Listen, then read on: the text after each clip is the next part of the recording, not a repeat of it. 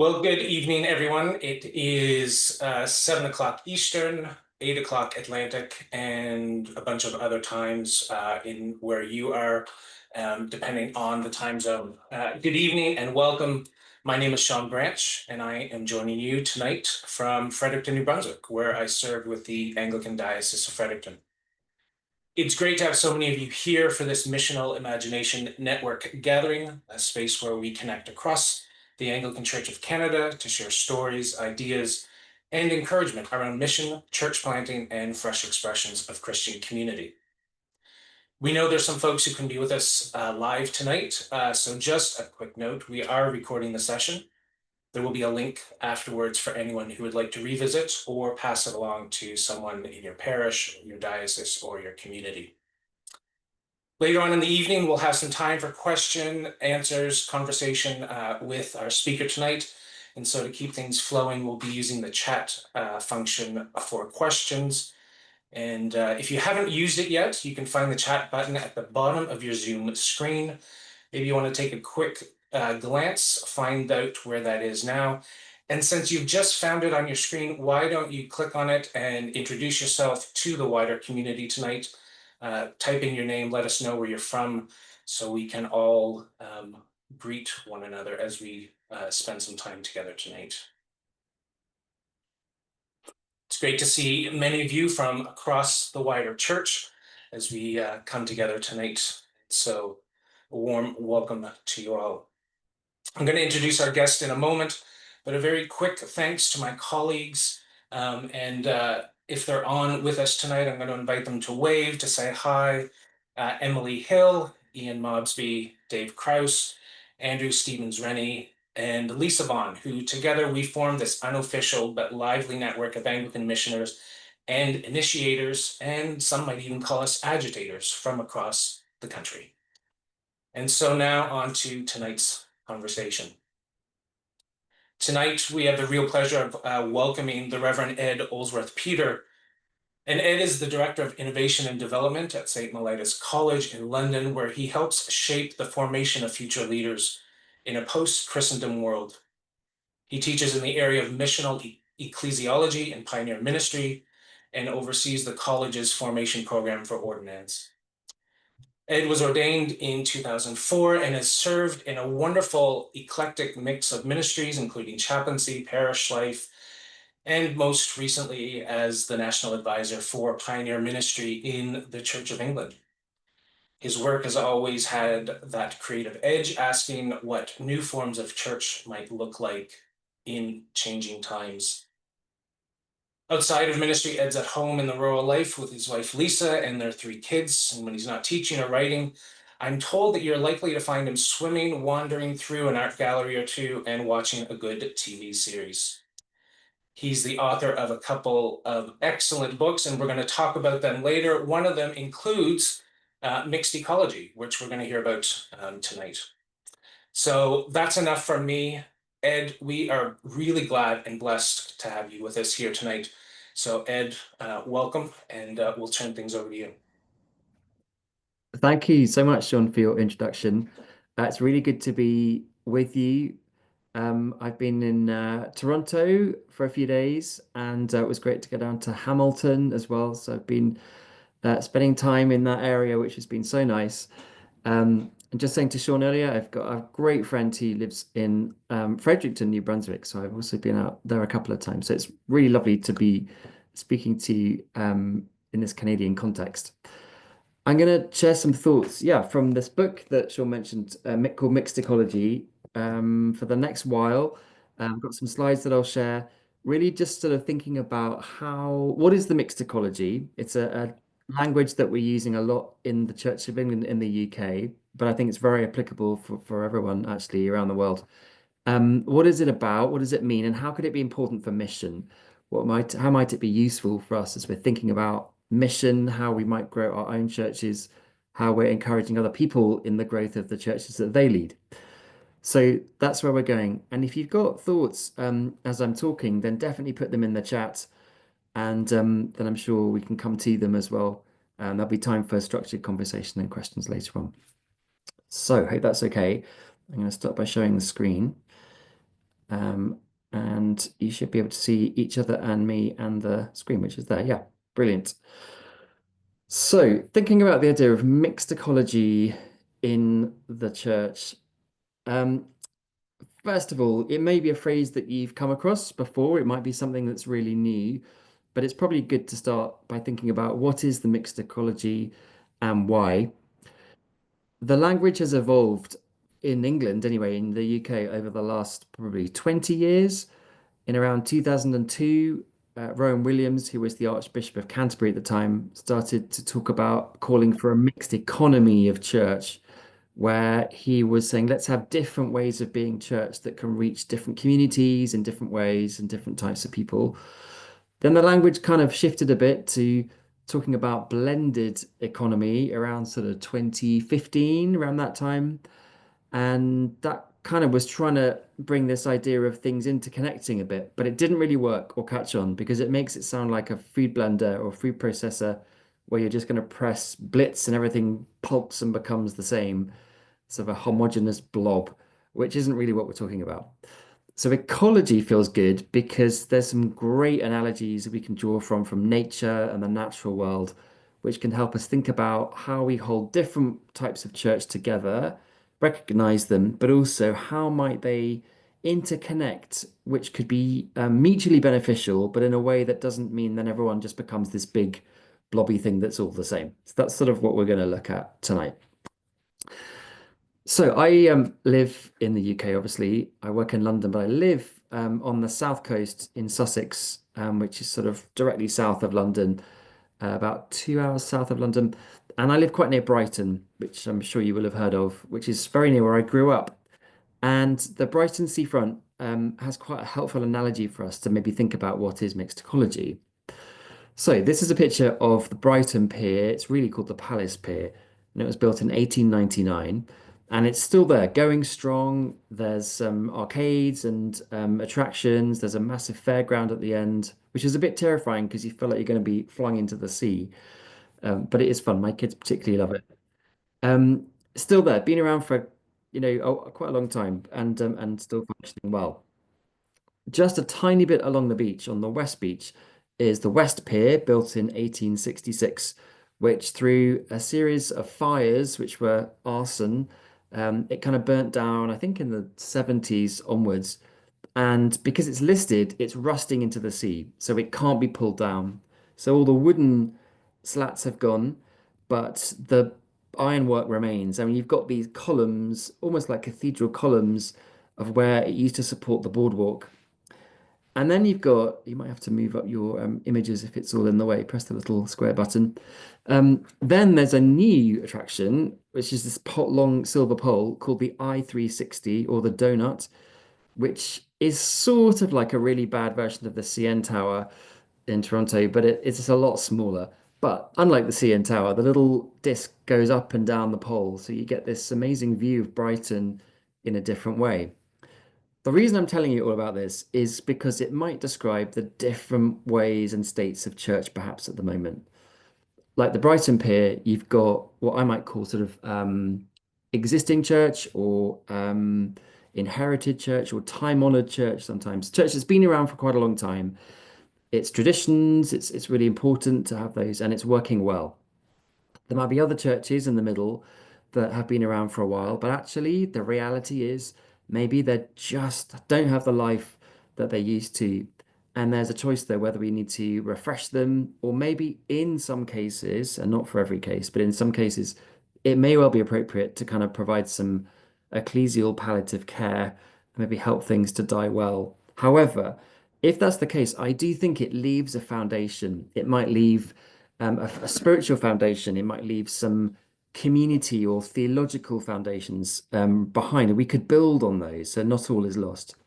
And then in the third picture with this donut I-360 could represent new ways of being church, doing the same thing. So in this case, the function is to kind of see the sea, see the horizon, but actually they're coming from it in a really different way. And we need to make space as well for those things. So the mixed ecology is saying, let's try and make space for all of these things to recognize everything that's going on and to see what that could look like. To put it in another way, it's really good, I think, as well, to appreciate different ways that we might want to operate as churches. So there might be a sense of enterprise where things are planned, organized, there's a really clear agenda, there's a sort of vision and a way we want to move forward in our worship, in our mission, in our discipleship. Others maybe have a sense of experimentation. So we kind of have an idea of what we want to do, but we're going to be a little bit flexible. We're going to just try things out, see what works, see what doesn't work in the way that we might want to deliver our worship, do mission and discipleship. And then maybe there's a third category of what is sometimes called rewilding, which comes from this book I just put here in the corner called Rewilding the Church by Steve Aisthorpe, who's a Scottish UK writer. And he argues in his book from 2020, so it's about 5 years old now, but very relevant still, that actually there is another way of thinking. Maybe we need to let the Spirit of God have a little more room to unfold what God might want to do rather than being prescriptive about it. And I'm not sure these are right or wrong, but they're just different.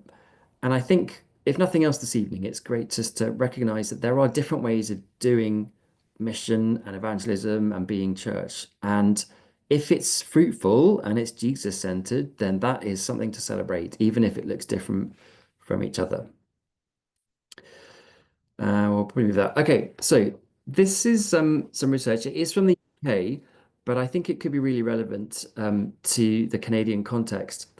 This came out in the summer this year, and it's a piece of research called Finding Jesus. And as it says here, it was commissioned to try to understand what was going on in the stories of adults who are finding faith in Jesus in the UK. It was thinking about who they were, what prompted them to search, what their Christian journey was like, and what helped them along the way. And the aim was to understand what was causing people to buck this cultural trend and actually think about who Jesus might be. I think just to say in Canada, I think there's a greater sense of maybe cultural Christianity than we have in the UK. I think it's still over 50% in most provinces of people who would tick a box as Christian in the last census. In fact, I think Ontario is the lowest in 52%, and there are others were sort of 60, 68%. So we're further along the decline of that than you are. So there's lots I think you could do in your Canadian context. But two slides to show you. So this was a question which said, which of these helped you explore Christian faith? Top answer, attending church in person, which I think is really interesting. Second, reading the Bible. Third, attending a small group. Fourth, a spiritual experience. And it goes through also various things. Interestingly, social media right down the bottom and watching church online, not particularly high. That's obviously is a UK perspective. But the thing I thought was fascinating is that in missional terms, for the last sort of 10 or 15 years, we've in the sort of contextual space where missioners are thinking about how we do church in neighborhoods, local communities. We've been saying, oh, it's just too difficult for people to cross the threshold of an existing church. We need to do church that's in, a community center or in the forest or in a cafe or whatever. And I think that's right. But this research is also telling us that people attending a church is a really, really key way that helps them to explore faith. So we don't want to throw everything out that has happened. I think this is what I wanted to show you this. It's not just all about the new. I think established church also has a really important role in our mission today. But then this is a really helpful second question. What finally prompted you to make the decision to follow Jesus? And the top answer there, an experience of God. And this, I think, really taps into the thinking around people being spiritual but not religious, which I know is important in Canada, in the sense that actually it's less about lots of information about God, although reading the Bible and taking a course was second, but actually people encountering the risen Jesus, encountering God in a really, really personal way. According to this, and it was 238 people, it's quite a big sample. The experience was important. So we've kind of got some opposite things going on. There's a sense of the established being actually more important than we might think it is. And then also this sense of an experience of God, which could happen in an established church. It could happen, in a home environment, in community, or in a new expression of church. But that idea of experience, spiritual experience, is actually really, really key. So the mixed ecology, I think, is important because it enables to hold the established and the emerging together. The Archbishop of York in 2021, during a sort of interviewed, it was during the pandemic, so it was during an interviewed online conference, said, "We have too many churches and we need more churches." If we were in a discussion forum, I would ask you what you think he meant by that, but we could discuss it later. But I think what he meant was the recognition that actually the church numerically is in decline. However, to do something about, so we have too many churches. However, to do something about that, we also need different kinds of churches to help to meet the missional need. And I think that's very true across the Western world. So some of these thoughts here are really important about why the mixed ecology can help us to do this. Um, Someone called Rick Thorpe, who's just about to become the Archbishop of Melbourne, he's British. He always says, to reach everyone, we need everything, which doesn't mean we all have to do everything, but it means we need a selection of different things. And it's sort of working out what is our gift, what's our contribution in this ecosystem of church. Not one church can do everything. We've all got different things that we're good at in terms of various things. Um, More can be done by more. So the old saying, the sum is greater than its parts. If we kind of can think more collaboratively and more as a community rather than just our individual churches, I think we will do more.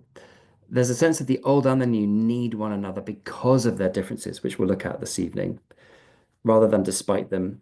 And this idea of mixed ecology makes us think about ecosystems, doesn't it? Which is more kingdom shaped. If we think about the famous verses in 1 Corinthians 12 about being the body, the different parts being important, all having their role, all needing each other. One is not more important than the other, with Jesus as the head. Actually, we get somewhere to thinking about what a kind of kingdom-shaped ecosystem could look like. So I really like analogies and diagrams, which will become clear in the next while. I quite like this as a helpful analogy to think about what the mixed ecology is. So imagine on the left-hand side, we have this image here of different types of fruit. They're all representing different ways of being church, which might be about tradition. It might be about the way that it is church. It could be about the demographic or whatever. But they're all in a nice little neat compartments. It's definitely mixed because we can see the variety, but actually they're all quite separated out. Whereas a fruit salad, you can see the individual types of fruit there. You've got some kiwis, some melons, some blueberries, strawberries, cherries. I think that's a grapefruit at the back. But together, they actually make a really great flavor combination. So I think we need to think more fruit salad rather than fruit stall because it's about how the connectedness and the interconnection could be really valuable as we hold our difference well and as we think about then how together we could grow our different ways of being church. This is what I feel is particularly important. And maybe just to say there as well, not all flavor combinations will work. I think fruit salads are really individual. There's certain things that people like in their fruit salads. There's other things people don't. Some people put orange juice in their fruit salads, which I think is a bit weird. So not every flavor combination of church is going to work, and that's okay. But it's finding the flavors that do work together in your local context, which is really key. So a really helpful model. If you think about this square as a square-shaped salad bowl, a fruit salad bowl, this might help us think about how we could work out what the mixed ecology could look like as a framework. So there's two axes. The horizontal axis is attractional on one end and contextual on the other. It's similar to something called the Pioneer Spectrum, which you may or may not have come across, which was published by the Church Mission Society about 10 years ago or so. But really, what it's saying is on one end, it's a spectrum. On one end, you've got a host-based culture, which is about worshipping first. So worship has existed for a long time, or it's newly started, but it's a very early, quick thing that's done. And Stuart Murray, in his work on post-Christendom in the church, talks about exhortation that leads to invitation. So a sense that you're enthusiastic about what you're doing and you want to invite people to join in. At the other end of the spectrum, you have contextual approach, which is more guest led, and that sometimes is called a serving first. Excuse me, just need some water. There we go. A serving first approach, where actually we're starting from scratch. It's about being embedded in the community, looking at what the community's questions are, thoughts are, passions, questions are, and seeing how we can serve those people, building community. And then after a while, often I think through offering prayer, we begin to talk about who Jesus is. And then people may be asking, as a whole group of in this community, the Christians and those who are on the journey with them, what would church look like for us in this place? And so Stuart Murray argues this could be seen as incarnation, so living amongst people, that leads to exploration of finding out together who is Jesus and what would church look like for us. So really different approaches, and it's a spectrum. We could exist anywhere on this line. So it could be a combination of these two things. The other axis, slightly simpler, is about legacy or founding. So legacy is where there's already something there, an expression of church. There's a presence of worship or mission in some way. And then founding is where actually there isn't. And actually, the way that the church is going to work is it's going to bring something new. So, in maybe a post-industrial town where there's perhaps been factories and they're being cleared and new housing's put in, or rural communities that might be beginning to expand, that kind of stuff often is where we might see this founding at play, but it could exist anywhere. So, if you skip that on, yeah, if we put these two axes together, you kind of get four different ways of being church. So in the legacy attractional corner, you might have what I call time honored. You could call it inherited or established church, where it's church that's been around for a while. There's really good traditions. It's about carrying on those traditions, really grounding people in them, seeing the value and wisdom of ancient tradition. In the attractional founding space, that's the bottom left-hand corner, that would be a sort of planting model. The language can mean so many different things, but in this sense, it means attractional planting. So where a church maybe sends a team to a building, and then that team quickly starts a sense of worshiping together, and then there's invitations in to grow the church. In the contextual founding corner, so the bottom right-hand corner, is what we might call fresh start pioneering. I know the word pioneer doesn't really translate well to North America, so we could think about contextual missioners, fresh start missioners, if that's better language. But those would be people who are starting something from scratch in that really contextual way. So we end up with things like, I know in North America there's someone who started Tattoo Church, which was a church in a tattoo parlor amongst the tattoo community, and people having Christian tattoos as part of their worship. That's very niche and very specific. But also, like hiking church, maybe from scratch, could be in there. But it's very resonant of the community. And then in the top right-hand corner, legacy contextual would be maybe parish-based missioners, parish-based contextual mission, which is where you get things like messy church, forest church, cafe church, where often the time-honored church has said, we love what we do, but we know there's people who perhaps are never going to turn up to what we do. We're going to start something else in parallel. It's more than a service. It's going to be church in its own right, but probably it's going to be led by people from the congregation, actually, of the time honored church who are going to start something new. And we're not expecting people from the new thing to come to the existing thing. It's going to be church in its own right, but they're held together. So just really simple, but I think you could plot any type of church on this in this ecosystem. Remember, it's a fruit salad bowl. So either we can just let those things sit, or we could see how could they help each other in their difference to do something really interesting. So I wanted to think about space and place a little bit in this mixed ecology, because I think it's probably important to try and define what's in the mixed ecology in order to work out how it could help each other. So this is a piece of work that George Lings did. He's a British researcher into contextual mission, published about 4 years ago, I think, called Seven Sacred Spaces, Portals to Deeper Community in Christ. And there's some information there on the screen, but he was really looking at the seven monastic spaces in a monastery, the seven ways that monasteries existed, and arguing that actually the church today could really learn from that, and that maybe we sometimes get stuck in one mode of being church, but actually there's seven other ways that we could be church. And if we did that well, it might really help us think missionally and help us to grow. So I'll explain what he meant. So in monastic life, there were seven ways of being a monastery. There was chapel, which is kind of hopefully fairly explanatory, where you have a chapel, someone's leading from the front, you're sitting, gathering together, and someone's leading you. And that's kind of our main default of how church works today, doesn't it?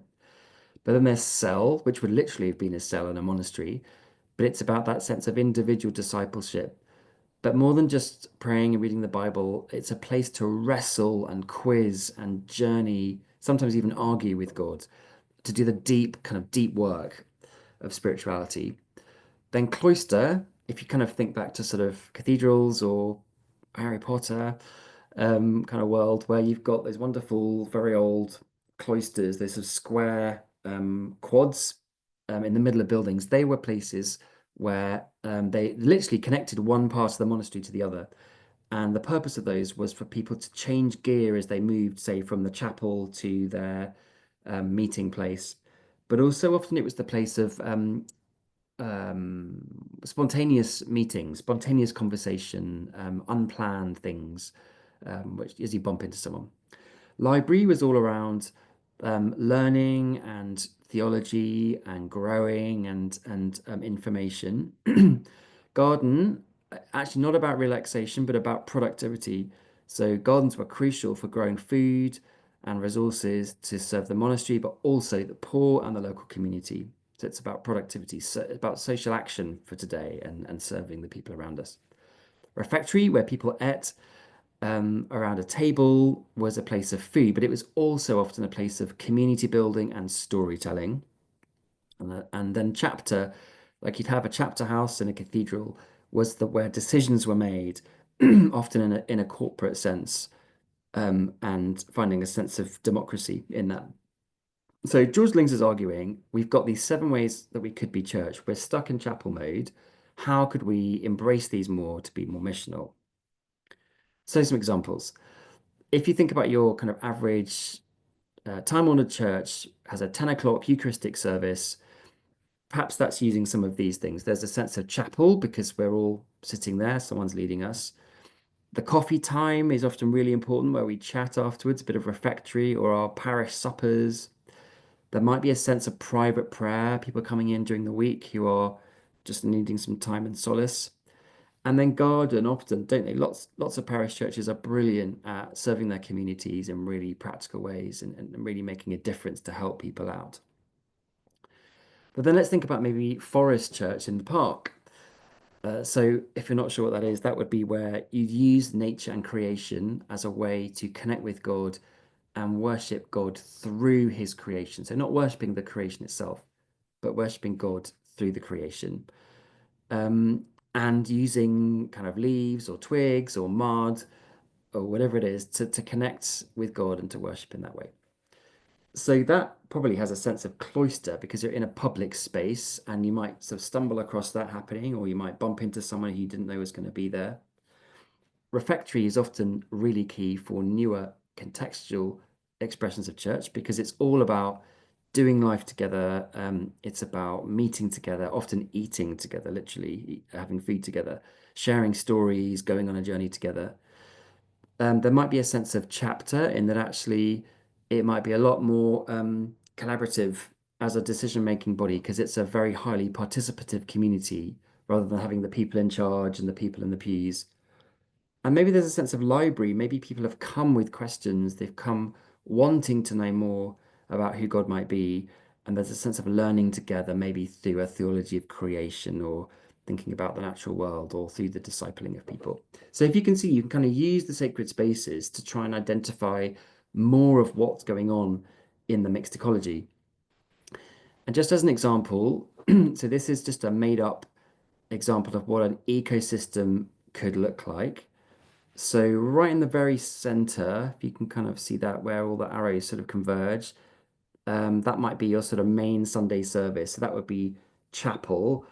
If you follow along to where it says Bible study, just track to the left where there's a little library sign. That's a sense of library, but maybe people at the very bottom there who are going to a forest church, the church has started in parallel. They're kind of got a bit of cloister going on, but it's rerouting people perhaps back into that Bible study because they want to know a little bit more. And I won't go through the whole thing, but you can see that actually, quite simply, with a time-honored church, a forest church, got some messy church going on, football, community school, that's a fairly good amount. But already you can see there's quite an interesting ecosystem developing. And if we can try and map those things and see how they serve one another, we begin to see more, I think, of how God is at work and break down some of these barriers. And we begin to see how these different ways of being church can grow the church, but also how they could help one another in their difference. And by looking at how they operate, could really help us understand what's going on, I think. Um, I think we'll do this. So this is taking it another level. If we're okay so far. We're going a little bit deeper.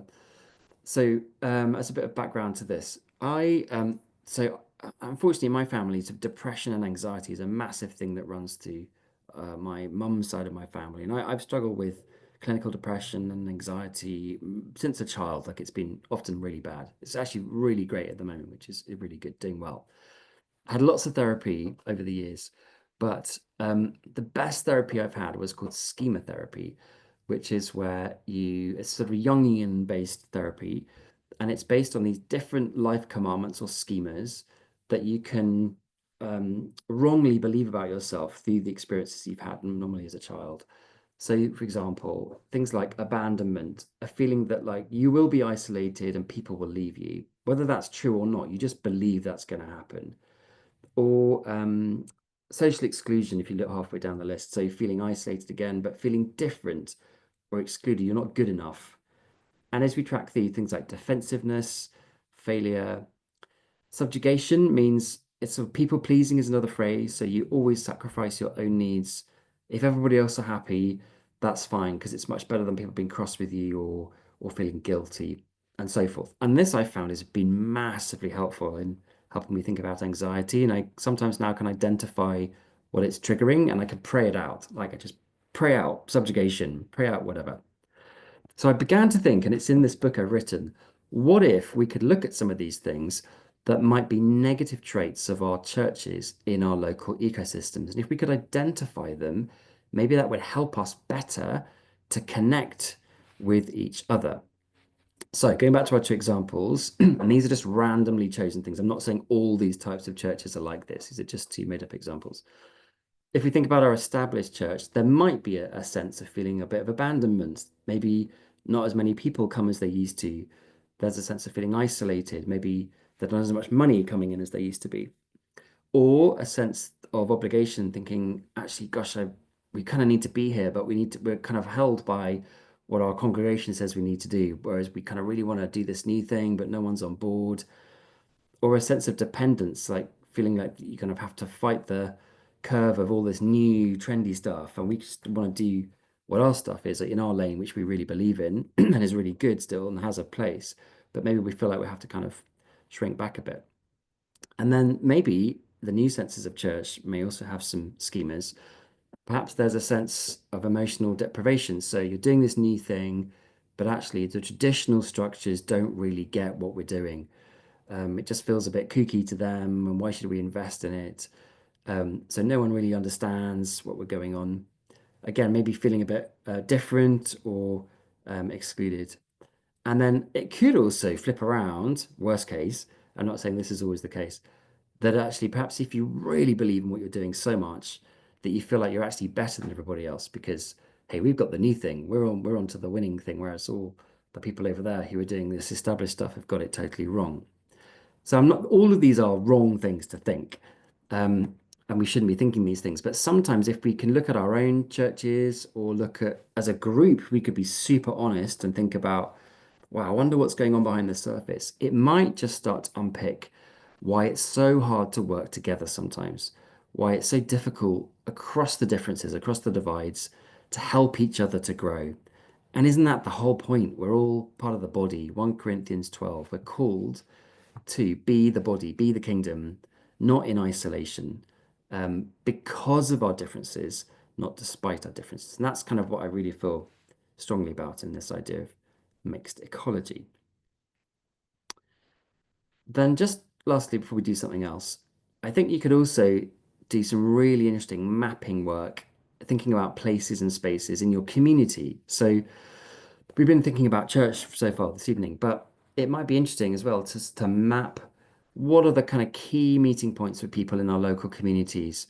Who are the people that make decisions? Like here, we've got the mayor's office, so we've got a bit of chapter going on. The mall may be a place where we've got cloister where everyone kind of bumps into each other. Community cafe where there's refectory going on. The fitness center, which is maybe all about productivity, like being the fittest I can be or the healthiest I can be.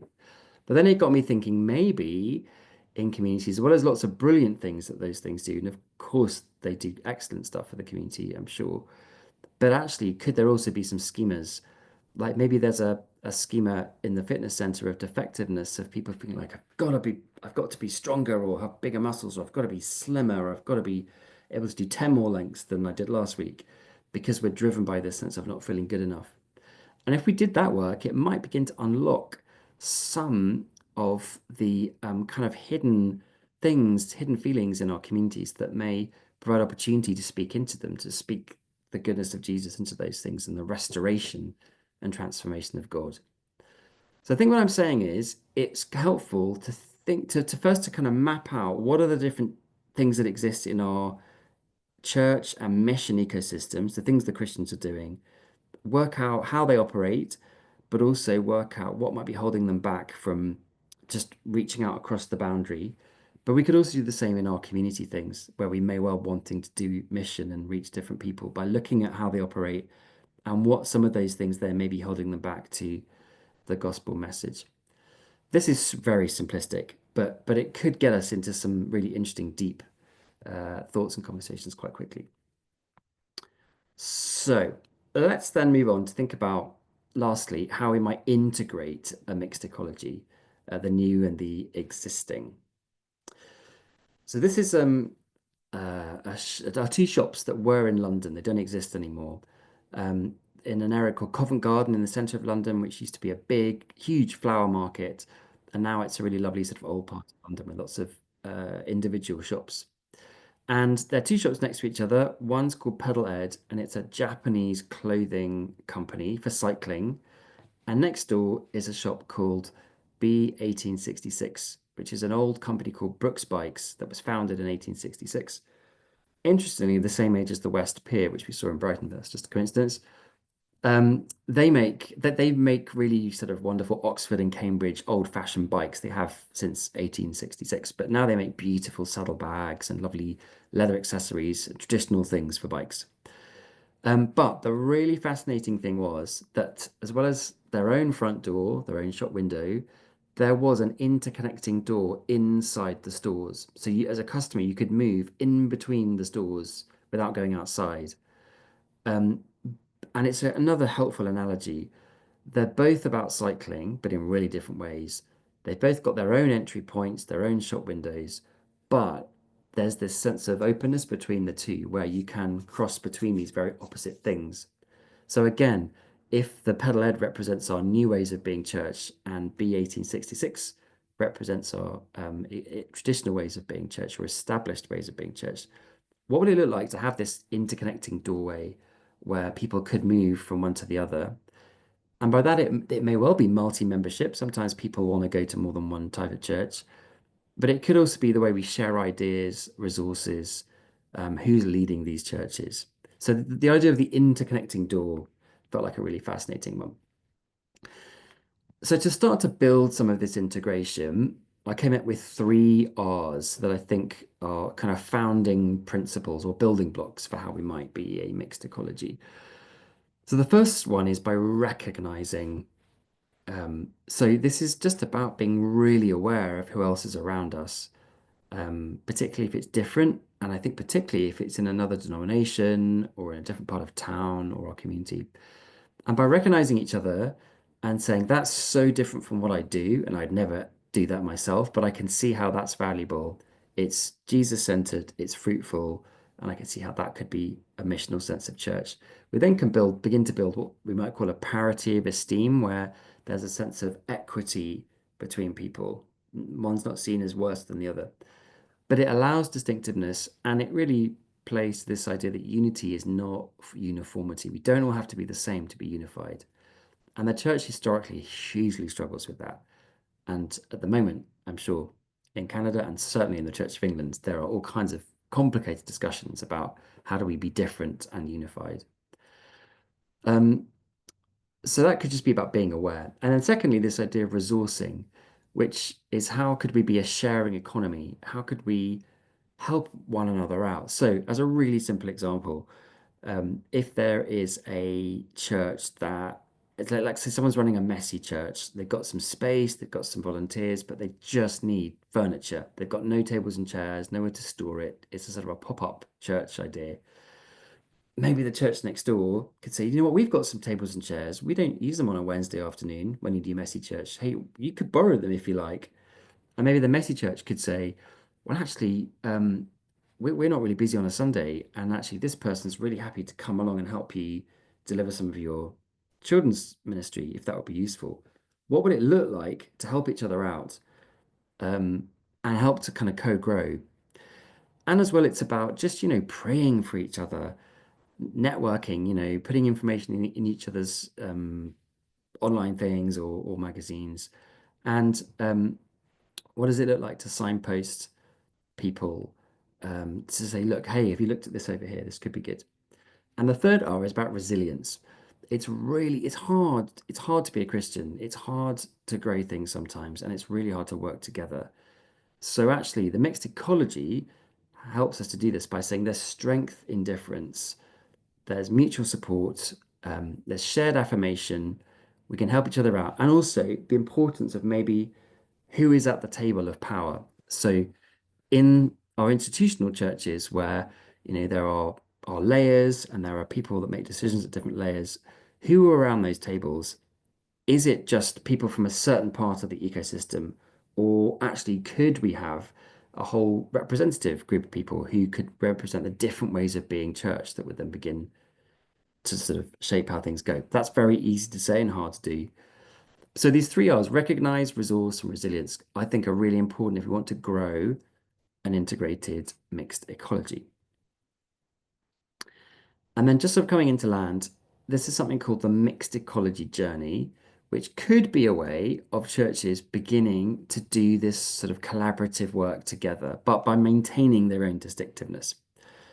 So we'll just go through each of them really briefly. So the first thing is to start by noticing, a bit like Jesus on the road to Emmaus, where he opens those walking with him their eyes and they realize it's him.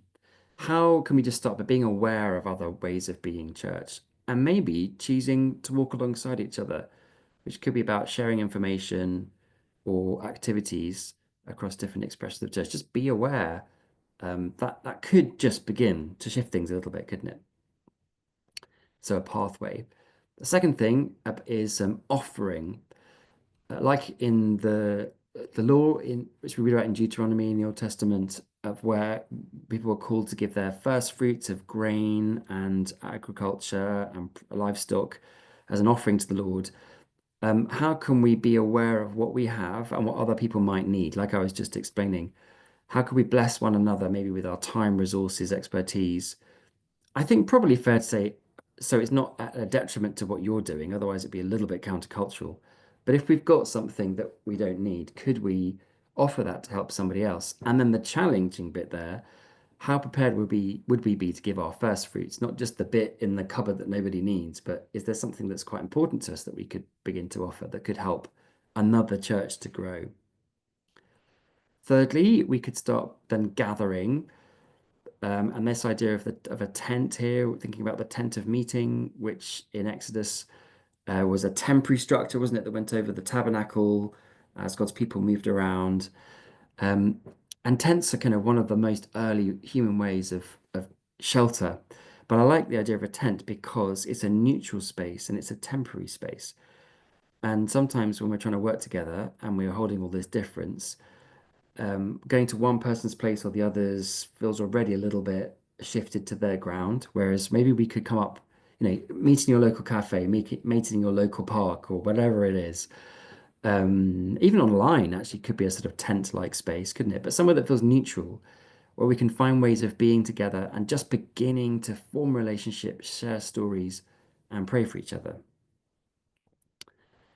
Then we move on to this idea of connecting, thinking about the idea from Luke 10 about the people of peace as Jesus sends out the disciples and says, just ask the Spirit to show you who is it for today that you're to talk to? Who are the people who are receptive to what you want to say? And don't worry about everybody else. So, are there ways that we could then begin to work together out of these shared relationships? Could we find shared entry points? So, and this is more radical as it goes through. So, say, the one church is great at doing weddings, or great, let's say, great at doing baptisms for infants. Maybe it's a really beautiful church, people want to be there, but actually it's hard to stay because maybe there's not a lot for the kids to do, or however welcoming it might be, it's just challenging. Is there another church down the road that may be brilliant at youth work that maybe you could say, you know what, maybe we'd love you to stay here, we want you to stay here, but maybe there's somewhere else that could also be great for you, or come to both in some ways, maybe. But that's quite hard, isn't it? If we were operating in this narrative of scarcity and decline, I believe that God's kingdom is one of abundance, but it's difficult to give things away when we're trying to hold on to what we have. But if we're all doing it, then maybe there's something there. Then the fruit salad is the fifth one. So how could we've talked about this already, but how could we integrate together? How could we begin to collaborate across our different ways of being church? So, what would it look like for dependence on one another for mutual kingdom flourishing? So, if, say, we all want to do some work on discipling our church members so that they can be, really alive in their faith and then really good at sharing their faith, we could all do it individually, but we could all decide to come together to do it, even if you've got your hiking church and your 10 o'clock Eucharist and your, home church or whatever. It's probably very similar things you need to do together. Or is there a way that actually you could serve your local community by all working together?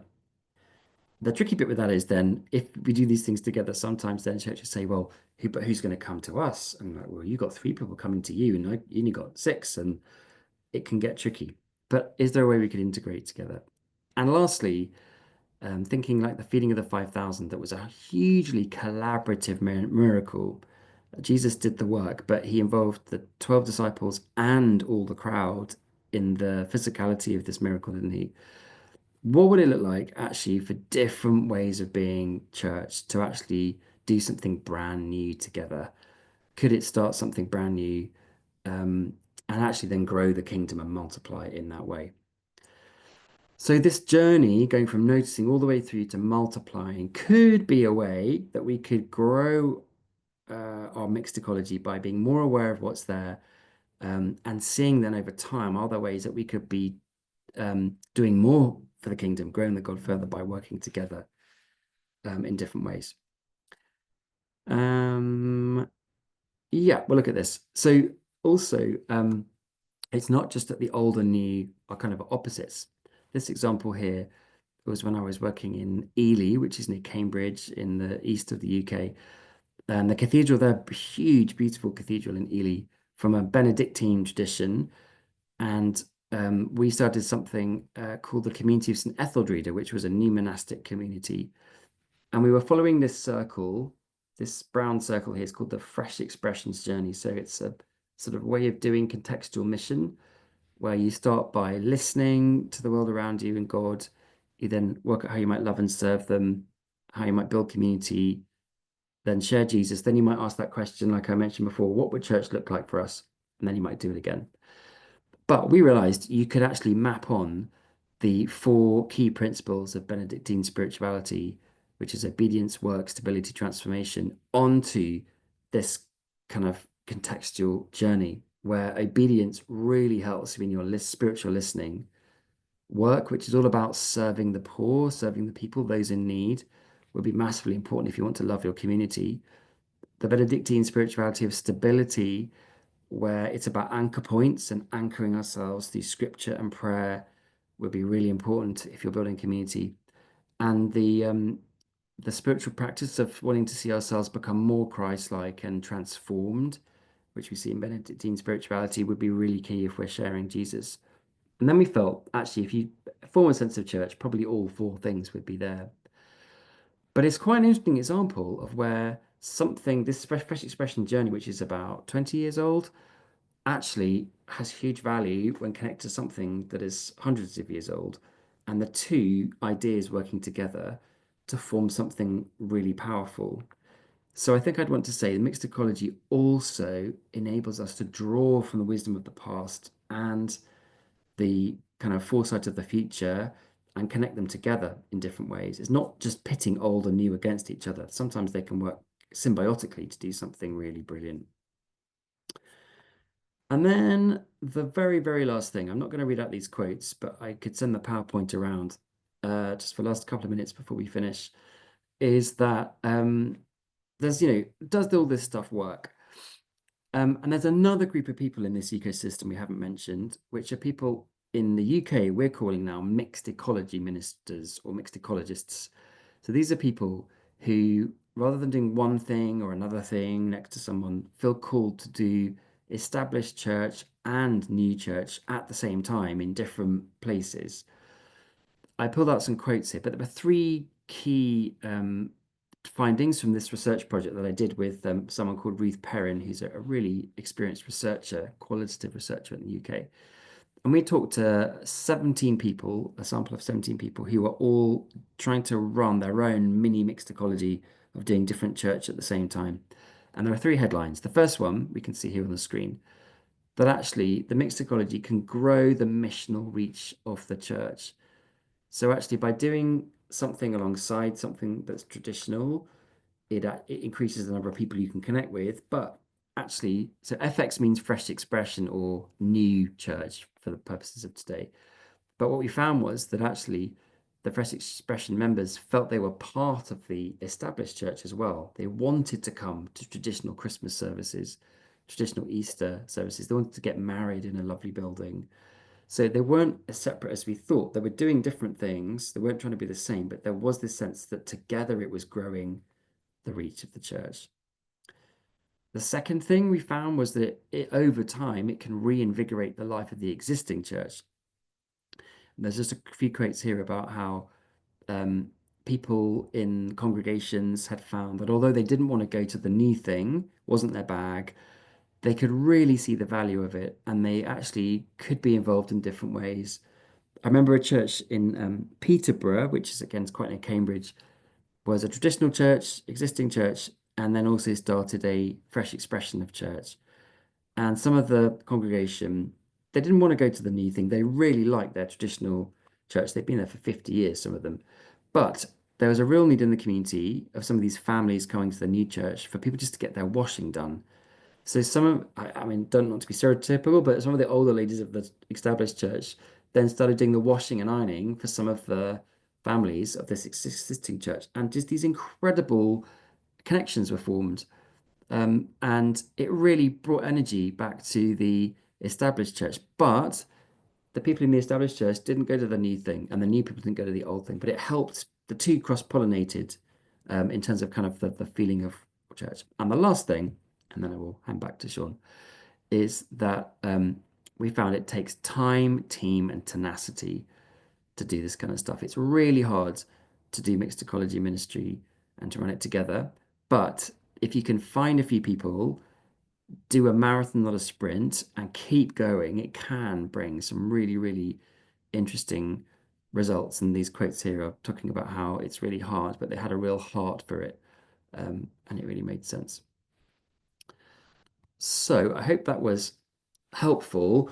Just a sense of thinking about what the mixed ecology is, why it's important, the idea of thinking about I guess the DNA of different churches and why that could be useful, community mapping, and then about why how forming a sense of connectivity could be really key in growing our churches together. So back to Sean for the next part of the evening. Thanks, Ed. And appreciate how you dived into certain aspects of that and highlighted to, especially for um, Luddites like myself. So thank you for that. We're going to take about a 5 minute break. We're going to come back at the top of the hour for some time of questions and appreciate that not everyone is like me and can just, shoot off at the mouth anytime you're given a platform. Way too many faces agreed to that right now. Um, so take some time to think about a question that you might want to ask Ed to unpack or to ask the group, because Emily's going to lead us in a time of question and reflection as we come back. So we'll be back here at the top of the hour. Stay connected. You can just turn your cameras off if you like, stretch, and we'll see you in a few moments. If it's not a fully even if it's not a fully formed question, even if it's just an observation, a pondering, that's okay too. We can work with it. So I'll give you a minute for that. Well, I'm giving you that minute. This is a question that I often ask of speakers. So if there are some people here who are a lot more familiar with the mixed ecology than others, but there may be some people here for whom this is a new concept or something they've just heard a little bit. What would you say is, out of everything we've heard, what is the first step for a parish, a leader beginning to think like, oh, this is something we should be exploring mixed ecology in my context? Like, what is the first thing to begin doing? Well, I think two things. I think the first thing maybe is just to start with that noticing. So maybe it's just to think, okay, what else is around us? And even before that, actually, it might be just doing some really simple mapping of, okay, let's just really get down in whatever works for us, like writing it down, drawing it, having a big conversation. Like, what do we do, and how might it link together?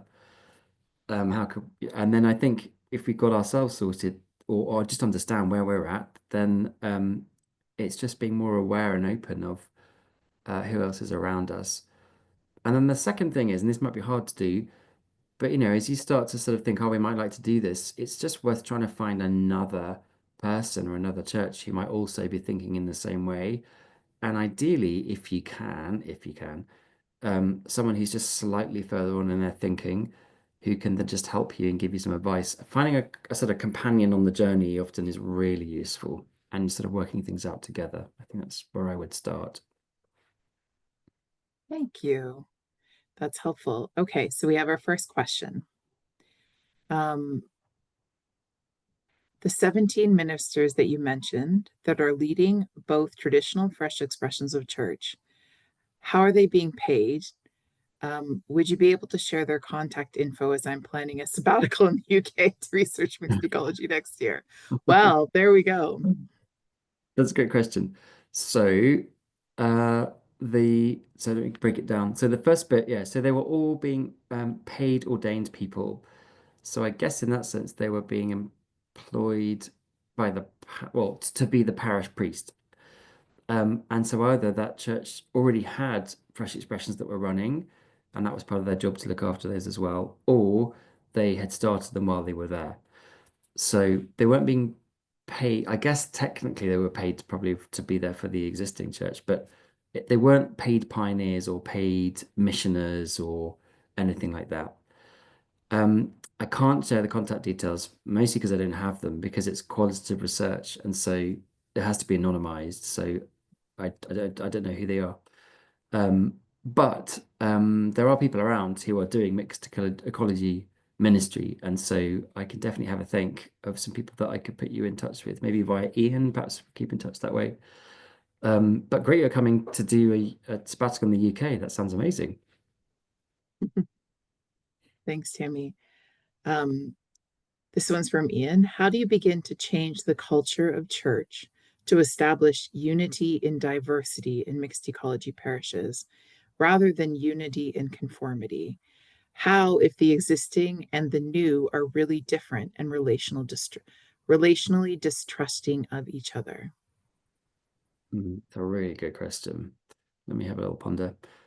Um, do you mean, when you say culture of the church, do you mean the institution or do you mean the individual churches? Individual churches. Okay, yeah, because the institution, that's really hard to answer. I'm not sure I can tackle that. Well, I think we were talking about this in Hamilton the other day. I think sometimes it's looking at what is resisting. So people, someone wise, I can't remember who it was, said people aren't necessarily afraid of change, they're afraid of loss. And I think sometimes that's useful because the health, I mean, you cannot do everything. And sometimes, there are things you can't do. But the mixed ecology is helpful in that it's not saying, oh, this is better than that. Let's stop this to do this. It's saying, let's try and hold this together. And sometimes that is dependent on resources, money, people, energy. But I think the unity, I think it has to come through discipleship. I think it has to come through really understanding what does it mean to be church and how are we called to be church? Is it about getting what we want and being consumery, or is it about worshiping God and doing what Jesus asked us to do in terms of sharing who he is? Um, and I was having a conversation where I am at the moment earlier on today, and we were talking about how maybe for churches to grow and to thrive, it could be right down to just actually discipling people and growing in their confidence. So I actually think it's about discipleship. It's about understanding the why and doing some really deep dive work, maybe through our preaching, through our prayer groups, through discussions with each other that maybe happens for a couple of years before we tackle any of this stuff. I don't know if I've quite answered your question, but was that, yeah. Okay, great. Okay, from Jeffrey Martin. Sometimes it's difficult because we have some older and wise parishioners, and currently many do not think we need to look at mixed ecology. However, when you analyze the data and numbers over the last few years and begin to make educated predictions of what possibly may happen through lower attendance and increasing costs, how do we begin to champion the idea of mixed ecology? What approaches do you suggest? Yeah, that's a great question. Um, well, I think it's what I've already said in some ways. It's about both and rather than either or. And I suppose it's about why people are holding on to what they want. And then, like I said before, I think if you've been, worshiping the church for 50 years and you have prayed faithfully, you've worshipped faithfully, you have given your money and your time, well, why shouldn't if it's possible to continue, why shouldn't it continue? Because it's really important. Um, I wonder whether sometimes the data is helpful, um, and sometimes not just data, but the stories.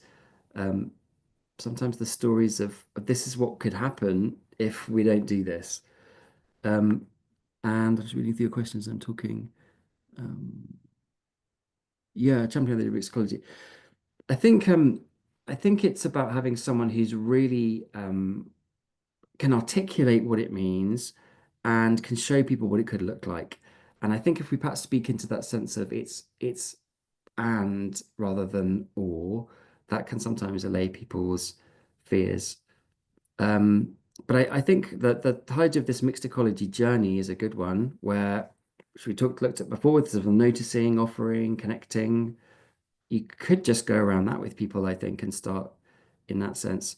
But I think it just takes time. Not everybody will get it, so it's unrealistic to think that everybody will suddenly be on board. But maybe those who are can try and experiment and do some things, and let's just see what happens. Thank you very Um, much. yeah, thanks, Jeffrey, for the question. I think Tammy added something, and don't worry, we'll go back to the question about colonization, but Tammy said, I was struggling with this, and Lisa Vaughn made a great suggestion. Don't ask the old members to start something new, but look at the new marginalized in your congregation and empower them to start something new. I have found this wildly helpful. So, yeah, thank you for that Yeah. additional comment. And just to speak to that, that's a great comment there, isn't it? I think sometimes we think that it's the Christians who have to start everything, and it's a little countercultural, but in sort of more contextual thinking, it would say that actually, if you're kind of on a journey with people, you can actually do a lot of co-creating in your community. So, if you're, I don't know, let's say you're starting let's think of an example, like a toddler. Maybe you need like like a senior's lunch. That's quite a good one. So there's people who are a bit older in your community and they're lonely, and you feel like let's do something for them, but we want to make it kind of missional and whatever. The Christians could just spend loads of time doing it, but there will always be people in the community who also have a similar passion. If you can find them and do it together, and they're willing to kind of go with what you want to do and allowing people to hold their doubts and walk with them, which is another great phrase. That also is something else you can do, as well as expecting, getting some of the new people to do stuff. There's a curve diagram I'm trying to remember where there's I forget what it is now. There's sort of three groups of people, and there's a certain chunk that you just don't need to worry about because if enough people catch it, it kind of carries on anyway. I haven't explained that well, but Tammy, you read it much better than mine, what I was just saying. Yeah. So we have this from Marie. Could you make a comment about how do we cope if the soil of the Mixed Ecology Church has been contaminated with decades/centuries of child abuse and historical connections with slavery and global colonization, with cover-ups by the hierarchical systems? So essentially, how is the evil and systemic harms um, of the church? How do we take into that account with the mixed ecology model? Mm. I'm not sure the mixed ecology can solve that, but it could help, couldn't it, in some ways, let me think as well. I wonder if it perhaps comes down to relationships on the ground. So it's reminding me of the West Pier. Do you remember we started by thinking about the pier that had burnt down, but the columns were still there? Um, I think in our culture increasingly there's a distrust, isn't there, of institution, of power, pe people feeling like all kinds of big systems, the church, government, um, are corrupt and are not authentic in that sense. So maybe I think it's very hard to do. I don't have a like definitive answer, but I'm wondering if it's about the power of the local church. There was some research in the Church of England, which may translate to Canada, in fact, Stephen Hance, he's the Dean of Toronto, did this research when he was in the UK. And he asked people who were nothing to do with the Church of England, so journalists, medical people, science, whatever, what their perceptions of the church were. And they said various things. There was things like benign indifference, that had swapped faith for social action, which was interesting. But one thing I'm getting to is they said that local was more important than national. So if you had a really good local experience of your local church where you got married there and had a great experience, or maybe a family member had their funeral there, that massively spoke volumes. So I wonder if the mixed ecology, I don't know how the mixed ecology helps, but I think a really positive local expression of church could perhaps go some way to saying to people, actually, not all of this is corrupt. You might think this whole hierarchical system is all broken and awful, but not all of it is, because we know not all of it is. There's a lot of great, brilliant stuff in there. So maybe it's trying to separate out the local from the big machine. And I suppose mixed ecology tries to hold that all together, doesn't it? And connect it up. So yeah, I don't think I've answered your question very well, but I would say a really positive local experience may undo some of that distrust. But it's a really tough one, I think. Thanks, Ed.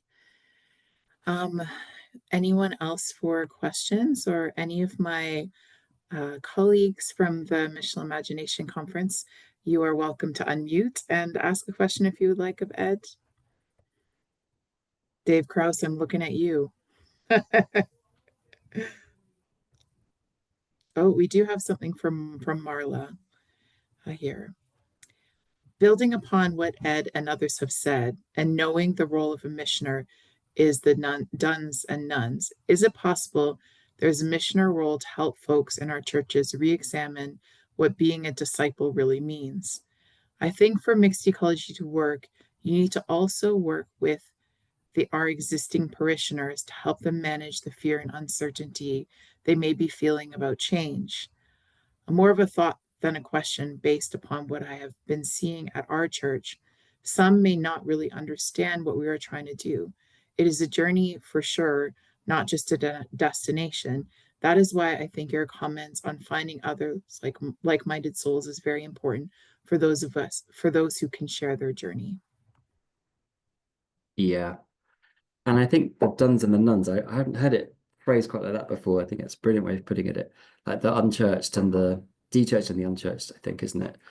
Um, yeah, but I think the mixed ecology is saying that not everybody should do everything. I think it's because we can't. So it's saying actually, people in our churches, some of them will get it and some of them won't. And I don't think we can make people do things, but I think we could inspire some people, even just a few, just to think, hey, you know what? There's that whole load of people over here.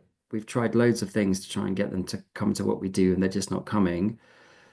Which is why this idea of parallel, I think, is so helpful because it doesn't have to be expensive, this new thing we're starting. It doesn't have to be, really hyper innovative. It can be once a month in a church hall or in a cafe or something that's just about building a sense of community, having a space to ask questions. Um, but I think discipleship is really key. And I just think there's a lot of soil work to do that maybe we skip over and get straight to, oh, let's start this thing. But actually, if we could do a bit more soil work, the foundations will be deeper, I think. And yeah, finding people on the journey, I think, is crucial. Thank you.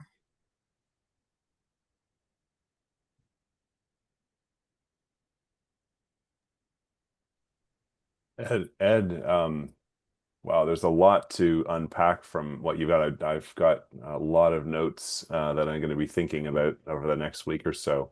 Um, some really helpful, models, and I think there was a couple of helpful illustrations that you shared with us. Um, I appreciate some of the conversations around sort of working with parishioners in local parishes.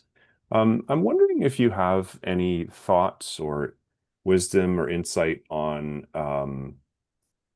mixed ecology approaches that might apply to things like ministry teams or the building of teams, um, be it sort of across parishes or in regions or anything like that. Anything that you've kind of learned about making space for and encouraging the best of different approaches to mission and ministry. Mm. I think like anything, it's about being really clear for those individual peoples in those teams about what are you called to do? Like what is your gifting and what is not your gifting?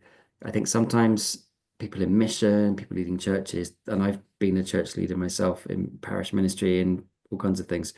You just feel like you have to be all things to all people, and everyone's doing the same in each of their places, and it just feels very exhausting. And I know that's part of the reality, but you do have to do that sometimes.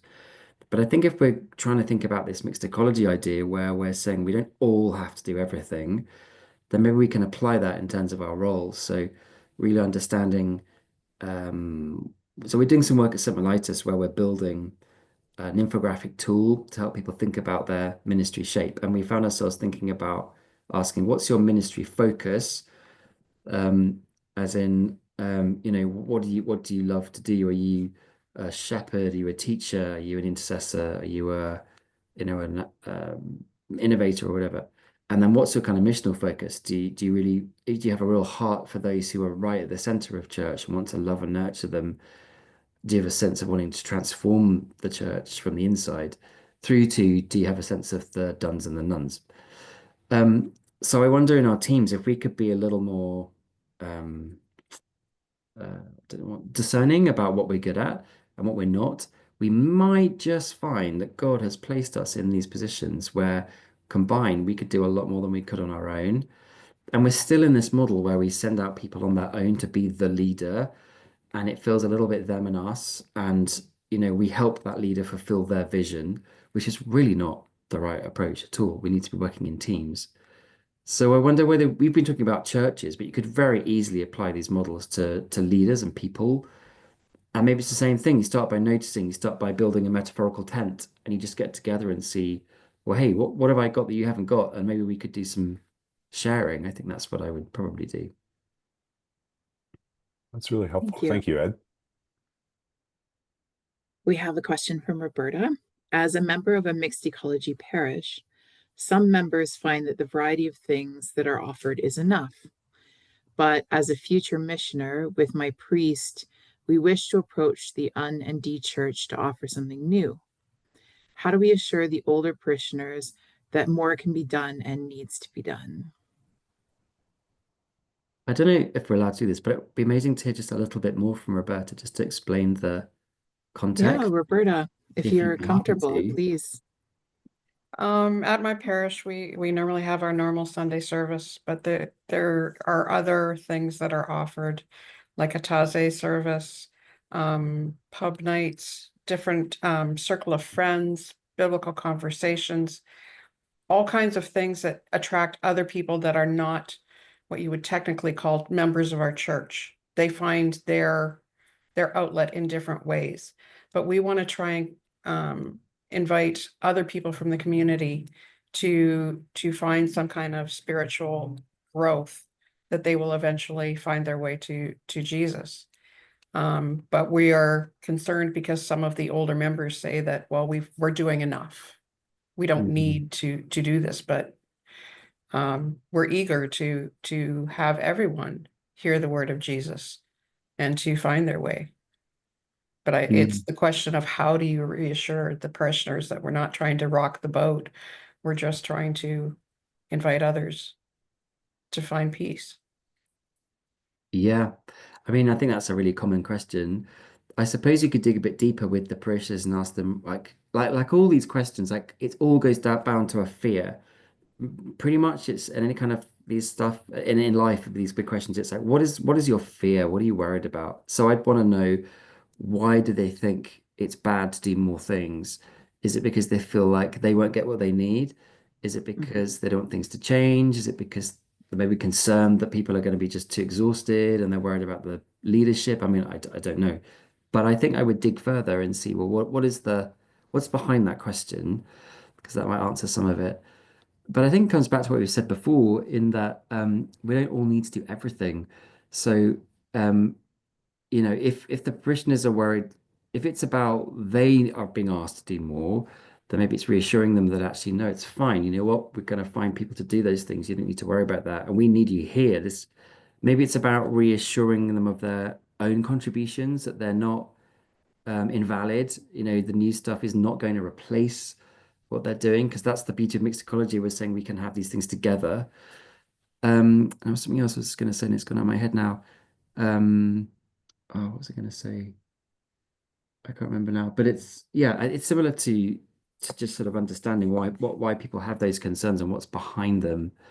And reassuring them. I think if the thought comes back, I'll tell it to you. I'm sorry, it's evening time and I'm losing my memory. But the other thought, if it comes back, I'll put it in the chat. Yeah, that's what I would say. I don't know if that's helpful. Thank you very much.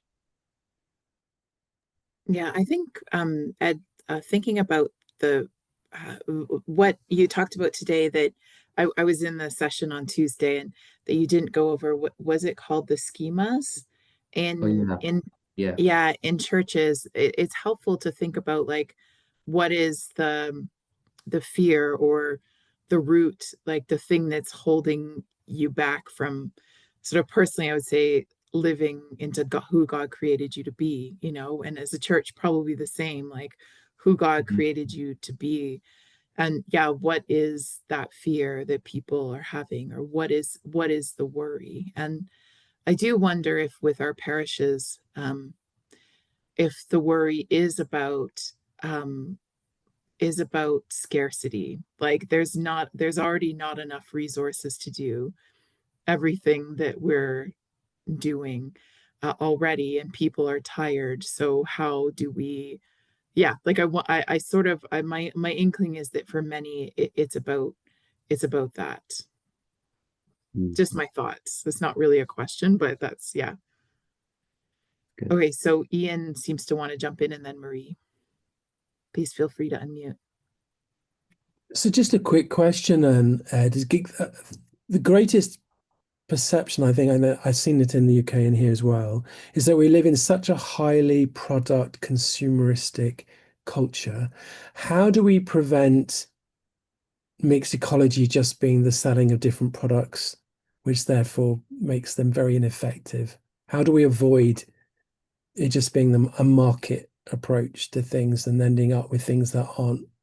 Do you know what I mean? I'm trying to say it very badly.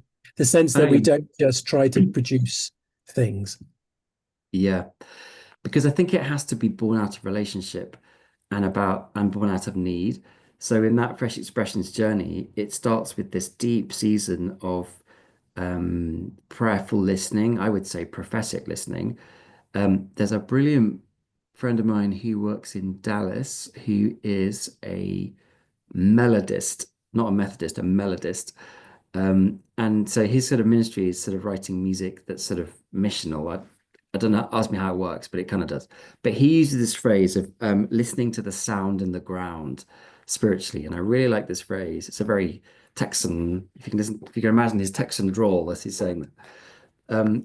But I wonder if it's about that. It's not about setting up your stall of lots of, consumerists, come and try this, come and hike in the church, come and go to cafe church, then come to this church. It's about responding to need, responding to what the Spirit is asking you to do in your place.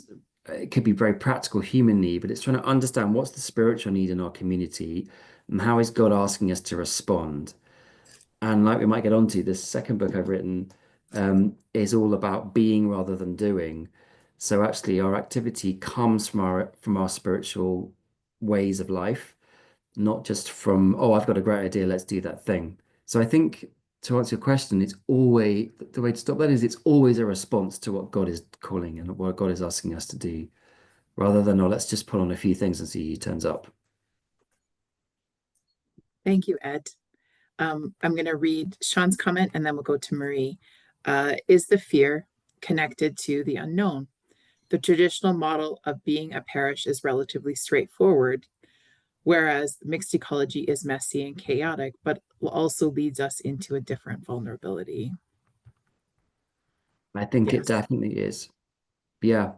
And what was just making me think when I sometimes lecture at some artists on sort of what we call missional ecclesiology, so sort of how the church is sort of change is mission shaped. And it's amazing if you go back to the early Acts church and look at how they operated, really different context, totally different time, different context, all sorts of things. But there's really similar things going on in that apostolic church there. And I sometimes think, yeah, the fear is about the unknown, but it's a slightly answering your question. I wonder if we spent time sort of going back into that part of scripture and just seeing how it worked, it might reassure us to say, actually, we've kind of been here before in some ways, very different today as well. And that was before we had all the structures. There's just a brilliant book called The Infographic Bible. I don't know whether anyone's come across it. It's a British book. This amazing person called Kate Sawrey, with loads of theologians, has written this book, and it's a Bible of infographics. And one of them is an infographic of how the early church was led in the Acts church. And there's things like sort of communitas and liminality. I can never say that word. Fear and danger, flexibility, incarnation. And when you look at it, if you didn't know where it came from, you'd think, oh, someone's just written this yesterday about contextual mission. There we go. Well done, Sean. If you love infographics and you're visual, it's a brilliant, brilliant book. What I'm trying to get to is actually, it's not really that new, this stuff. It's been around for a couple of thousand years. So it could reassure us in the sense that actually God is quite good at being in the middle of messy and chaotic, but it takes a bit of a mindset when we're used to our nice, neat systems. Thank you. Marie, please unmute and share. As a lay person who is new to this concept of missional mixed ecology churches, the church I come from, we're in a remote area of BC, northern BC. We do have a large church, a very large church with a small congregation. And so about 5 or 6 years ago, we re-envisioned our mission and vision in the community. We're a downtown church, and we have the same downtown massive problems of drug addiction, mental health issues, a lot of street people, unhoused, and all of the criminality that goes with that. So we are a downtown church, but we re-envisaged our church as being built on 4 cornerstones. The first cornerstone being worship, not just Anglican worship, but also interfaith worship. And I'll give you an example. We were asked to do a Sufi Muslim funeral because the only mosque that we have here is a Sunni mosque. And so we did the Sufi funeral, and it was marvelous to hear the Al-Fatiha sung, and reach the rafters of the church. So we've also been approached on 2 separate occasions to have marriages, Muslim marriages and Jewish marriages. They wanted to get married in sacred spaces, but they don't have any place of their own. Unfortunately, the canons, I was told the canons would not allow that. And so we're going to try and get around that to change a canon probably would take a century, but asking the bishop to make a pastoral exemption for people needing sacred space when they don't have one of their own is one way of getting around a canon. So worship is one cornerstone. The other cornerstone was that of health. During COVID, we were designated a health facility by public health because of all the 12 steps groups that we run. We don't run them, they use our space. And we consider them part of our congregation, although they're not bums in the seats upstairs, they use the downstairs.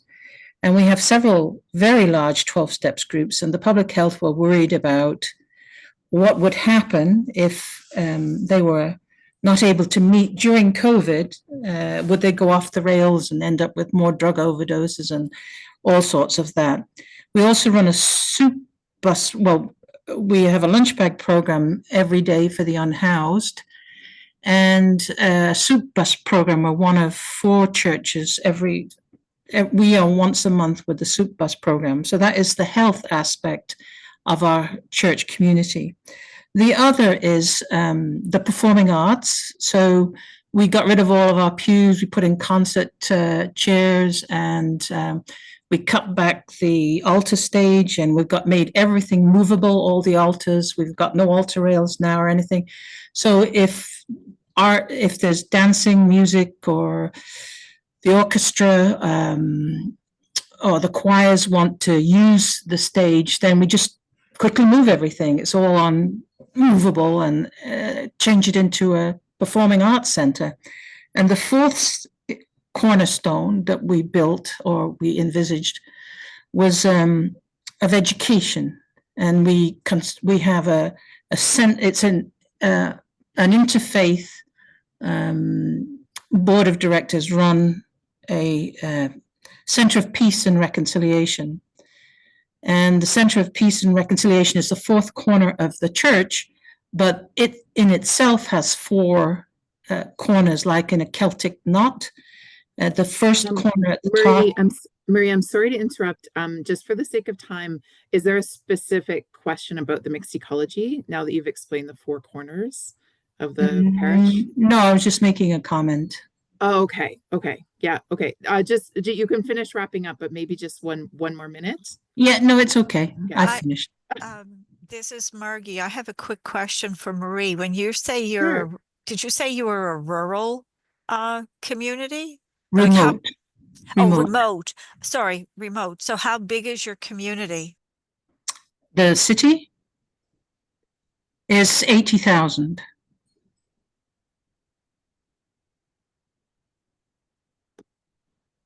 Thank you. Yeah, you're welcome. So Ed, how does it work is there a difference in working in different sizes of communities? Does the size of the community matter for mixed ecology? Or obviously like Marie's parish is trying to meet the needs of the community that has obviously quite a bit of diversity, perhaps not space for the other people of other faiths. Like, are there experiments with mixed ecology that have to do with people of other faith, or does this remain Christian? Like how, yeah, just wondering if you have any experience of what Marie said. I think there's, yeah, different ways that you could look at this. So you can look at it, you can have a very small mixed ecology that might just be describing the things that different things you're doing in your church, which might be a sort of a micro ecology. You might then want to sort of look at what's in your local area. So that might be sort of a medium-sized one. So collect maybe like 5 or 6 churches, and then you could see like if you really go massive, you could see like a province or a diocese could be a whole mixed ecology, and you could just see like what is in there of the Christian churches, but let's say the Anglican churches in that sense.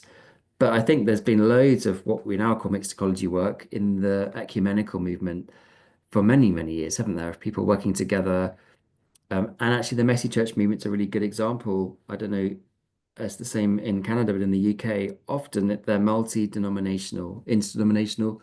So, Baptists and Methodists and Anglicans working together to do something because actually it's a lot easier. You've got more people, more resources, more time. So that's definitely happening. I haven't really thought about interfaith mixed ecology. Um, I think there's probably a space for it. I think it depends on what you're trying to do. There's going to be some much larger fundamental differences between different faith groups who are going to have different belief systems.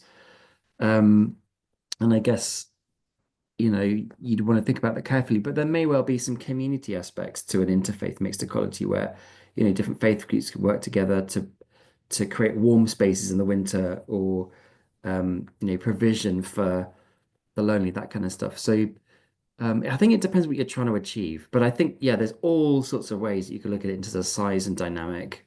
I would also just caution about stretching it too far and including everything, because I think that just then it gets too complicated. So I think you'll be really clear why you want to group some things together. Thanks, Ed. Yeah.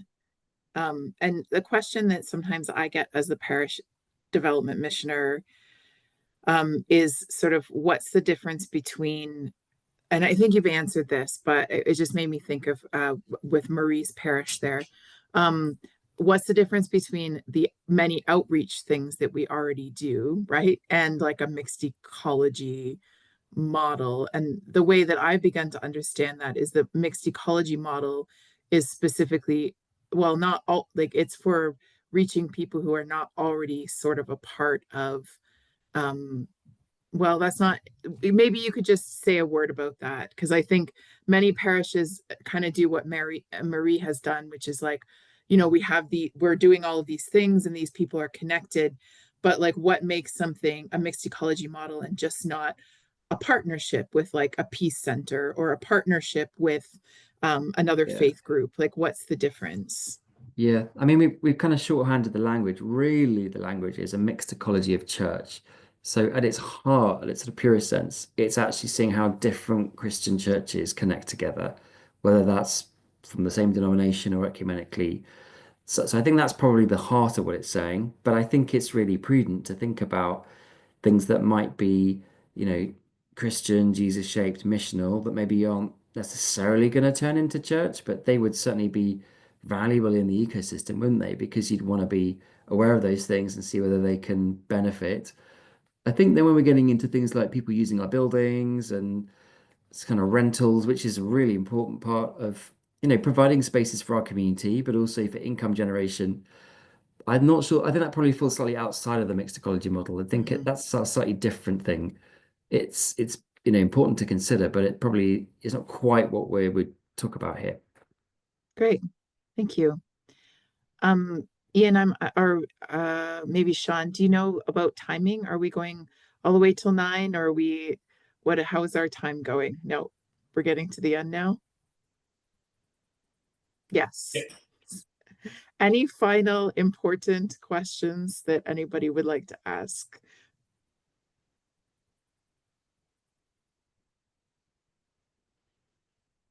All right. Who's doing our closing? I think I'm turning it back over to you, Sean. Thank you. Thanks so much, Emily, and thanks everyone for the great conversation. I often find at these things we don't have a time to kind of expand and have those ideas bounce, and so this has been really great. As Ed mentioned, some of us are going to be queuing up for the book signing at the end of the webinar tonight. And Ed, I know Mixed Ecology is one of your books. Can you just kind of, for everyone's benefit, let us know a little bit about your latest one and how can we get them on this side of the pond? Yeah, so Mixed Ecology is on Indigo. I think that's the easiest place in Canada to get your stuff. So the second book that has literally just come out is called The Starter's Way. It's a book all about contextual mission. So it's less about mixed ecology. It's much more about a new approach to how you might start new Christian communities from this sort of organic incarnational way of starting church. We've talked about that fresh expression circular diagram would connect to it. It's a multi-author book with actually international people from all over the world, actually. Ian is one of the contributors, so worth buying it just for that. Really, it's working on the premise that rather than just being a sort of a how-to guide of how to start something, it's coming from the perspective of our being rather than doing. So it's kind of modeled on a sort of like a religious way would be stretching it, but it's sort of modeling on like how could we? It's based on 15 principles. So things like playful, self-giving, resilient, discerning, calling, that kind of stuff, life of prayer. And so it's encouraging us to do some kind of internal spiritual work in order for then that to inspire things that then might emerge and God might want to do through us that become the new Christian community. So it's trying to flip it completely on its head and see it as a way of life rather than a project. And that's on Indigo as well. Awesome. Thank you so much, Ed. This has been a great time of sharing. Thank you for your insight and thank you for your experience and following the Spirit's leading to wrestle with some of these things that are, as I said in my comment, chaotic and uncertain and full of questions. So thank you for sharing with us tonight. And thank you for all who joined in the conversation tonight, both from across the country and beyond. And thank you to those who have joined us afterwards with the recording. If you would like to stay connected as part of the conversation with the Missional Imagination Network, there's some conversations ongoing at the moment for another gathering in the new year, which is quite exciting. And so you'll definitely want to be part of that. Find us on Facebook, just type in Anglican Church of Canada Missional Imagination Network, and you will find us there. With loads of details on what's happening and some stuff in between now and our next big gathering. As I mentioned at the beginning, we have been recording tonight's presentation and we will be posting the link. Feel free to rewatch it for as much as you need to, referring back, and also feel free to share it within your networks with your leadership team. If you have someone in your parish or your diocese or community that's saying, I don't understand what all this is a great way to help open their eyes and get them thinking along the way where they're at. So feel free to share that as needed. So until then, we want to encourage you to keep imagining, keep experimenting, and keep living out the mission that God has called you to within your own context. And so again, Ed, thanks so much for tonight. And thanks everyone for joining us. Safe drive home, and make sure to grab a muffin on the way out. Great to see everyone. Have a good one.